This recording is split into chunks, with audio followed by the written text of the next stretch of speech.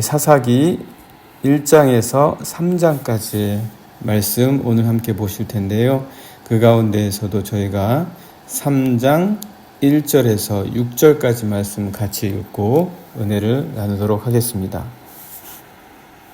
3장 1절에서 6절까지의 말씀 같이 보시겠습니다. 여호와께서 가나안의 모든 전쟁들을 알지 못한 이스라엘을 시험하려 하시며 이스라엘 자손의 세대 중에 아직 전쟁을 알지 못하는 자들에게 그것을 가르쳐 알게 하려 하사 남겨두신 이방 민족들은 블레셋의 5 군주들과 모든 가나안 족속과 시돈 족속과 바알 헤르몬 산에서부터 하맛 입구까지 레바논 산에 거주하는 히위 족속이라. 남겨두신 이 이방 민족들로 이스라엘을 시험하사 여호와께서 모세를 통하여 그들의 조상들에게 이르신 명령들을 순종하는지 알고자 하셨더라. 그러므로 이스라엘 자손은 가나안 족속과 헷 족속과 아모리 족속과 브리스 족속과 히위 족속과 여부스 족속 가운데에 거주하면서 그들의 딸들을 맞아 아내로 삼으며 자기 딸들을 그들의 아들들에게 주고 또 그들의 신들을 섬겼더라. 아멘. 네, 오늘 이렇게 사사기 말씀 저희가 함께 보시는데요. 사사기, 이제 여호수아가 110세로 세상을 떠났다고 어제 저희가 같이 말씀 나누었죠.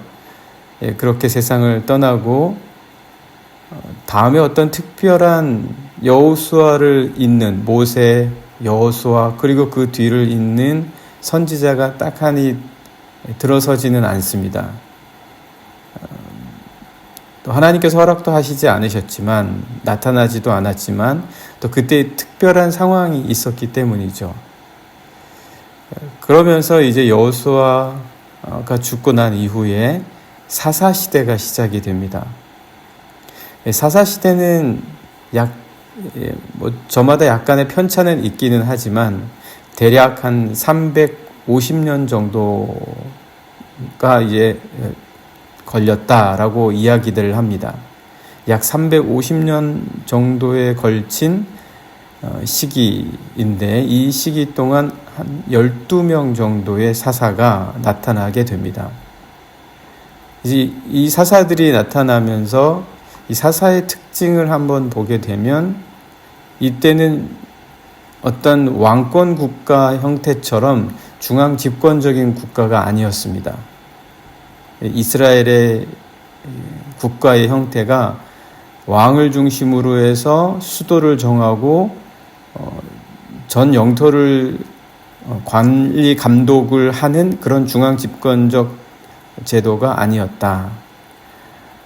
어떻게 보면 오히려 지파별로 나뉘어져서 움직여진 그런 형태였었습니다. 모든 지파별로 루벤, 시므온, 유다 이런 식으로 다 지파별로 나뉘어져 있을 수밖에 없었다. 왜냐하면 그 당시는 이제 여호수아와 함께 마지막으로 땅 분배를 하잖아요. 땅 분배를 하고 나서 이제 지파별로 그 땅을 정복하러 가야 됐기 때문에 길갈에 다 모여서 거기서 진을 치고 있었을 수가 없었던 거죠. 이제 그런 시기는 이미 지난 거예요. 이제 땅 분배도 받았기 때문에 지파별로 나뉘어져서 이제 각 지파가 분배받은 땅을 정복하러 가야 되는 거죠. 그래서 이제 이 사사시대는 전에는 광야에서 모든 지파가 성막을 중심으로 진을 형성하고 함께 지냈지만 그리고 여리고성을 함락시키기 전까지는 길갈에서 그리고 땅 분배를 받기 전까지는 어느 정도는 길갈에서 함께 모여 있었지만 그러나 더 이상 함께 모여 있지 못하고 땅 분배를 받은 곳을 향하여 각 지파별로 나아갈 수밖에 없었다. 그러니까 이 사사시대 약 350년에 걸친 시대는 함께 모여서 중앙 집권적인 형태를 이룰래야 이룰 수가 없는 그런 때였다라는 거죠. 그리고 이 사사들은 또 항상 존재했던 게 아닙니다. 사사들은 지파별로 위기가 닥쳤을 때 하나님께 부르짖고, 그래서 그때 하나님께서 성령에 감동된 사람을 보내주셔서 이방 민족들로부터 이겨낼 수 있는 은혜를 베푸시는데, 그때 잠깐 동안 나타났던 자들이 사사입니다. 그러니까 항상 있는 자들이 아니었죠. 상비적으로 늘 어떤 선출을 통해서, 어떤 가문을 통해서 세워진 사람들이 아니라 지파별로 하나님께서 성령의 감동을 주시는 사람들이 누구든 일어섰다, 그리고 그 역할을 마무리하게 되는 그런 자들이 바로 사사였다라고 이렇게 말씀을 드릴 수가 있습니다. 이제 이게 사사 시대인데, 이런 상황, 그리고 이런 이들에 의해서 이 이스라엘 민족이 지내오는 때가 사사 시대인데, 이 사사 시대에는 어떤 특별한 패턴이 있습니다. 어떤 특별한 패턴이 있냐면, 이 이스라엘 민족들이 지파별로 나뉘어지다 보니까 같이 모여서 지냈었던 성막 중심의 그런 시기와 달리 신앙이 많이 흐트러지는 거예요. 다 각 지파별로 흩어지다 보니까 성막에서 멀리 떨어지게 되지 않습니까? 성막은 길갈에 그대로 머물러 있고, 그리고 지파들은 다 각 자신들의 땅으로 흩어지게 되니까 당연히 신앙이 희미해지고 흩어지게 되고 민족들 사이로 섞이게 된다라는 거죠. 우리들도 보면 어떤 신앙이 좋은 사람들, 그리고 좋은 부모님들, 그리고 좋은 할머니, 할아버지들과 같이 있을 때와 각자 자기의 역할과 직장을 따라서 흩어지거나 나뉘어지면 신앙이 어떤 정말 자신 안에 확신이 있는 경우를 제외하고는 약해지고 희미해진다라는 거죠. 그들이 신앙을 몰라서 그런 게 아닙니다. 신앙을 알아요. 신앙이 어떻다라는 것도 알고, 그리고 하나님이 어떤 분이다라는 것도 아는데, 그런데 자연스럽게 그 신앙의 구심점을 이루고 있던 이들과 멀어지게 되면 자연스럽게 희미해진다라는 거죠. 그래서 이 이스라엘 민족들이 이때 특이한 패턴에 빠지게 되는데, 어떤 패턴이냐면 신앙이 희미해지고 어려움을 겪게 되면 그 어려움 중에 특별히 이방 민족들이 침입을 해서 이스라엘 민족들이 약속의 땅에서 오히려 지배를 받게 됩니다. 오히려 핍박을 받게 돼요. 하나님이 주신 약속의 땅에서. 그 땅에서 오히려 핍박을 받게 되고, 그러면 그들이 그때서야 하나님을 부르짖고, 하나님께 부르짖으면 일정한 시간 그 이후에 하나님께서 사사를 일으키셔서 구원을 해 주십니다. 그래서 구원을 해 주신 이후에 그들이 평안을 찾게 되면 다시 하나님을 떠나게 되는 이런 패턴이 보여지게 되는 게 사사기입니다. 어떻게 보면 오늘 우리들의 삶에서도 나타날 수 있는 상황이고 경우입니다. 먼저 하나님의 약속을, 그리고 하나님의 은혜를 경험하고 하나님과의 관계 속에 거하는데 자연스럽게 거기서부터 멀어지고, 그리고 이 세상의 환경과 관계 속으로 오히려 빠지게 되는 거죠. 그러면서 어려움을 겪게 되면 하나님께 기도하고, 그래서 또 그 기도를 통해서 하나님으로부터 구원과 은혜를 받게 되고, 그 이후에 좀 평안하게 되면 다시 하나님을 떠나는 어떤 이런 반복된 형태의 패턴. 이건 하나님을 몰라서 그런 게 아니다라는 거예요. 하나님을 잘 안다는 거예요. 하나님을 아는데도 그렇게 된다. 어떻게 보면 이런 관계에서 일어나는 일들이 지금 이 사사기의 이야기인데, 그래서 하나님께서는 이스라엘 민족들에게 오늘 말씀에 의하자면 이방 민족들을 남겨두셨다라고 합니다. 일부러 남겨두셨다라는 거예요. 오늘 한번 말씀을 보실까요? 오늘 말씀을 보시면 3장 2절입니다. 이스라엘 자손의 세대 중에 아직 전쟁을 알지 못하는 자들에게 그것을 가르쳐 알게 하려 하사 남겨두신 이방 민족들. 그러니까 하나님께서 가르쳐서 알게 하시려고 남겨두셨다라는 거죠. 이방 민족들을. 일부러 이스라엘 민족들에게 약속의 땅에 들어갔음에도 불구하고 그들을 다 쫓아내지 않고 남겨두게 하셨다. 4절에도 말씀 보시면 남겨두신 이 이방 민족들로 이스라엘을 시험하사 여호와께서 모세를 통하여 그들의 조상들에게 이르신 명령들을 순종하는지 알고자 하셨다. 일부러 하나님께서 그들이 하나님의 뜻을 따르는지 알고자 남겨두셨다라는 거죠. 오늘 우리에게도 특별히 사도 바울도 그렇게 고백하지 않았습니까? 내 육체에 가시를 주셨다. 내 육체에 가시를 주셨다.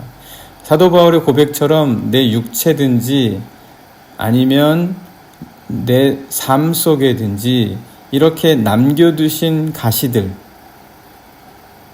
그 남겨두신 가시들의 이유는 하나님께서 순종하게끔, 하나님의 뜻에 따르게끔 일부러 두신 것이다라는 그런 신앙의 고백입니다. 우리 삶에도 그런 것들이 있을 수 있죠. 그러면 이제 하나님 그 가시가 우리를 찌르면 하나님께 또 나아가고 간구하고 기도하게 되고, 그래서 하나님이 살아계시고 역사하신다는 것을 알도록 가르치시는 거죠.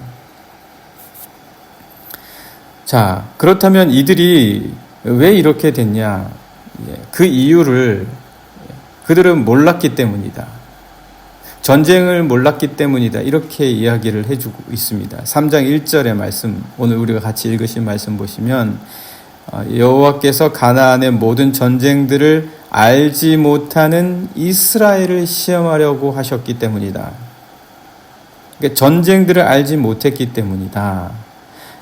정말 이들이 전쟁을 알지 못했을까요? 물론 시간이 흘러서 새로운 세대가 왔다고 하더라도 그 새로운 세대가 전쟁을 몰랐겠냐라는 거죠. 전쟁을 모를 리는 없습니다. 여기서 모른다라는 그 의미를 한번 생각해 보면 그들이 전쟁을 모를 리는 없습니다. 전쟁의 잔혹함과 전쟁의 그 파괴력, 이런 것들을 왜 모르겠습니까? 오늘날 우리와 같지 않기 때문에 그 당시의 사람들은 그렇게 전쟁에 크다지 영향을 받지 않았을 것이고, 전쟁에 대해서 그렇게 늘 전쟁이 일상화되었을 시기였을 것이다 라고 생각하는 것도 우리의 편견일 수가 있습니다. 왜냐하면 전쟁뿐만 아니라 도덕적인 가치나 모든 삶의 그 생각들도, 사고들도 오늘 우리보다 그들이 못하다라고 생각할 하등의 이유가 전혀 없거든요. 그래서 이 당시의 사람들도 오늘 우리처럼 전쟁에 대해서 정말 누가 전쟁을 하고 싶어 하겠습니까? 왜? 전쟁을 잘 알거든요. 전쟁이 얼마나 참혹하고 전쟁 때문에 자신들이 얼마나 위험에 빠질 수 있는지를 잘 알기 때문에 그 전쟁을 통해서 이득을 볼 수 있는 지배계층을 빼고서는 전쟁을 원하지 않았습니다. 전쟁을 필요한 것이라고 생각하지 않았다라는 거죠.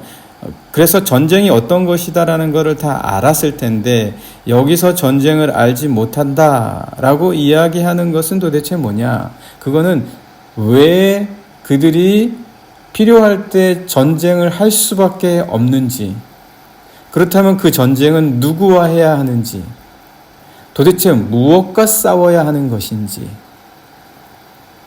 그리고 자신의 조상들이 왜 무엇 때문에 전쟁을 했어야만 했는지, 약속의 땅에서 이루어낸 전쟁들을 그 모든 어려움 속에서 수행할 수 있었던 것은 어떤 힘이었는지, 무엇으로 그 전쟁을 수행해냈는지를 몰랐다라는 이야기죠.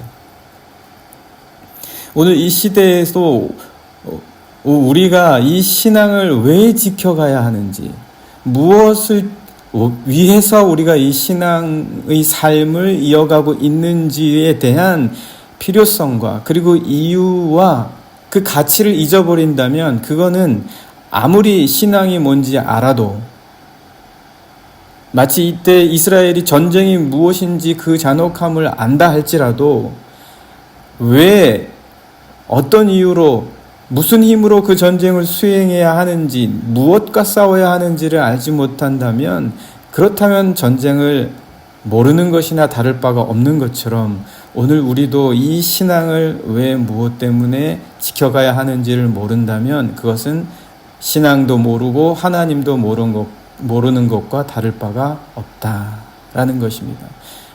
왜냐하면 이들은 확신을 잃어버린 겁니다. 신뢰를 잃어버린 거예요. 하나님과의 관계를 잊어버렸다라는 것이죠. 그래서 6절의 말씀을 보시면 그들의 딸들을 맞아 아내로 삼으며 자기 딸들을 그들의 아들들에게 주고 또 그들의 신들을 섬겼다라는 그 당시의 모습을 남겨주고 있습니다. 신뢰나 확신은 경험을 통해서 아니면 배움을 통해서 지식적으로 오는 게 절대 아닙니다. 신뢰와 확신은 많이 경험을 하거나 많이 배워도 신뢰하지 못하고 확신하지 못할 수가 있습니다. 신뢰와 확신은 우리 마음, 다른 말로 말씀드리면 영혼을 통해서 오게 되는 것입니다. 오늘 우리는 어떻습니까? 우리 신뢰와 확신을 마치 내 영적인 경험에 의해서 삶의 경험을 통해서만 온다라고 생각하거나 내가 무언가를 배움을 알게 됨으로 오게 된다라고만 생각한다면 그 확신과 그 신뢰는 오래 갈 수가 없습니다. 오늘 이 이스라엘 민족들의 모습을 통하여 우리의 신뢰와 확신, 그것은 아무리 많이 알아도 아무리 많이 경험해도 오히려 잃어버려질 수가 있는 것이다. 신뢰와 확신은 우리 영혼, 마음, 이것을 든든히 하나님과 함께 할 때 우리의 이 영혼을 통해서 오게 되는 것이다. 오늘 함께 같이 기도하면 좋겠습니다. 하나님,